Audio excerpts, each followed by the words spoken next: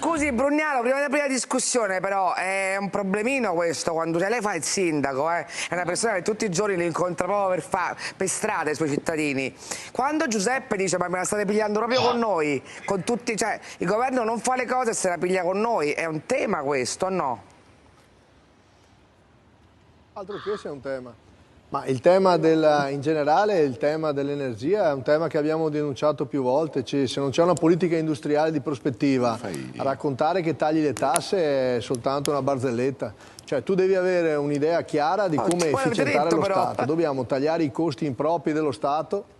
No, ma se tu non tagli i costi dello Stato e non devi eliminare i soldi buttati via, a quel punto puoi tagli le accise, tagli i costi, tagli quello che vuoi, perché è giusto così, perché siamo a livelli assurdi di tassazione rispetto al mondo intero, almeno ai paesi confinanti a noi. Però bisogna riparlare del nucleare di fusione, bisogna parlare dell'idrogeno, di mettere giù i pannelli solari, di fare i campi eolici. Di questo devo dire che io sono stato a contatto con i ministri in questi giorni, in giorni precedenti a Natale, e hanno le idee chiare. E alla fine questo governo forse dovrebbe fare cose ben diverse, molto più coraggiose, piuttosto che buttare la croce su Giuseppe. Dovrebbe dire, signori, abbiamo un problema con i grandi potentati dell'energia, vogliamo fare qualcosa?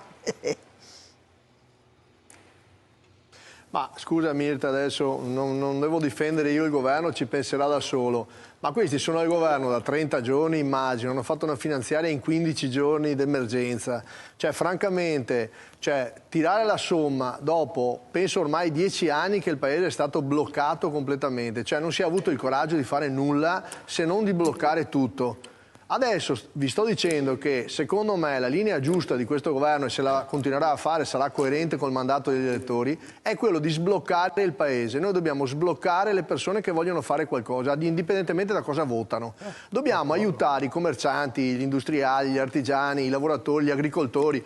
Quelli che vogliono lavorare devono poter lavorare con reddito, con tranquillità. Cioè, noi per esempio abbiamo i salari che sono bloccati da troppi anni, oggettivamente è vero questa cosa, però non si è mai voluto parlare della produttività, agganciare i salari alla produttività.